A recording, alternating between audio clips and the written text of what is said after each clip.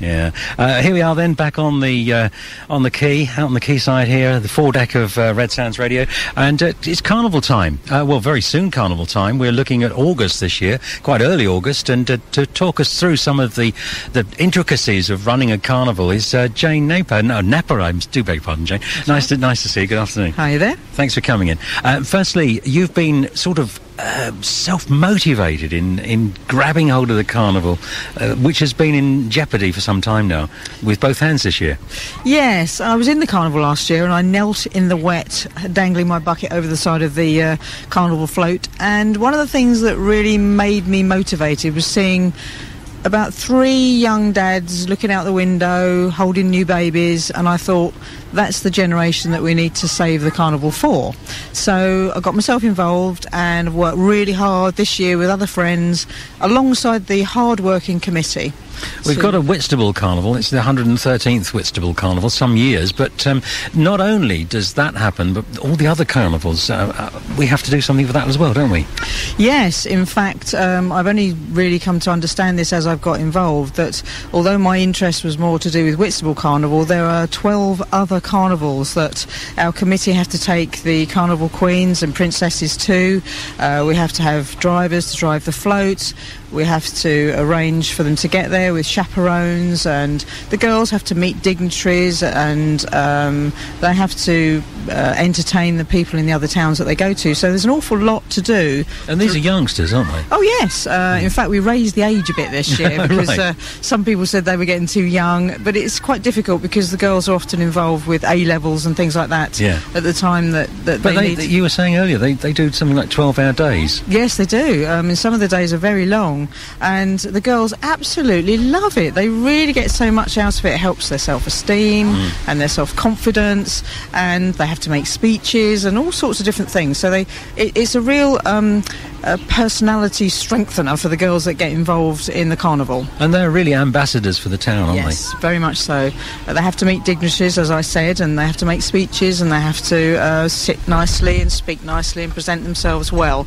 And look glamorous, just like you do, Jane. Oh, thank you so much. Jane, we're going to come back and talk a little bit more about getting involved with the carnival this year in Whitstable after we do this.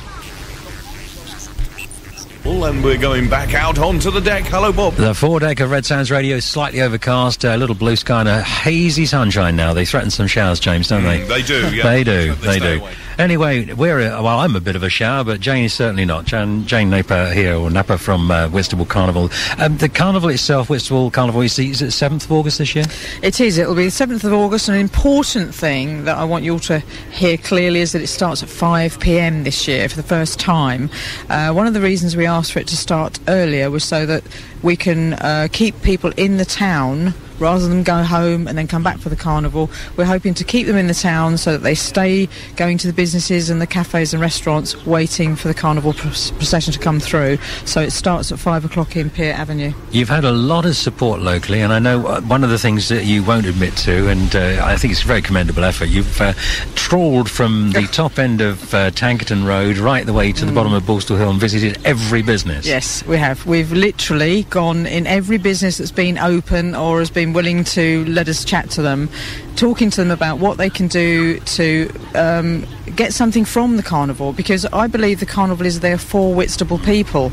It's free to enter. Literally anyone can enter the carnival parade, individuals, families, work people and businesses. It's an excellent opportunity to advertise a group, a club or a business for free. And they don't need a vehicle. You can do the walking floats as well. You can do walking floats, you can go on bikes, roller skates, anything you want to. You want. Yeah. We even have a list this year of local companies that would lend a lorry and insured driver for you to use on the day. So if you go onto our website, which is whitstablecarnival.co.uk, all the information is on there for you to enter. We'll put a link from our massive great site. There are a couple of companies I know that you'd like to mention personally who've gone the extra few yards. Yes, I would do, because when we first started to get involved with this, we knew that the carnival needed promoting, and we asked for support from local companies because we wanted it to be very local. And we had support from Paul Cook from Insight Bridge, who also involves students that he teaches at Christchurch University. They designed our new logo for us. And Robert Mitchell is doing hairdressing for the girls this year. before they go into the carnival for us.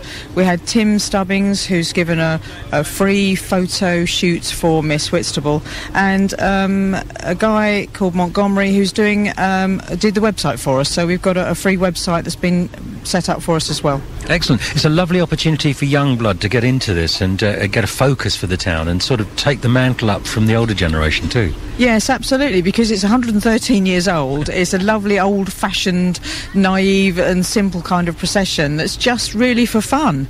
There's no real purpose to it other than just to go out there and have some fun and get involved. Do you know, I think I'm going to enter James Day because he doesn't have to dress up very much to enter that to enter the carnival. Stand by you. Put that top hat on, you'll be fine. That'll be great. It'll scare everybody away, though.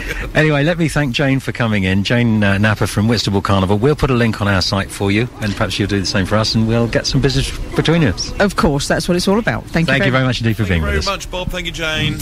Bob, thank you, Jane.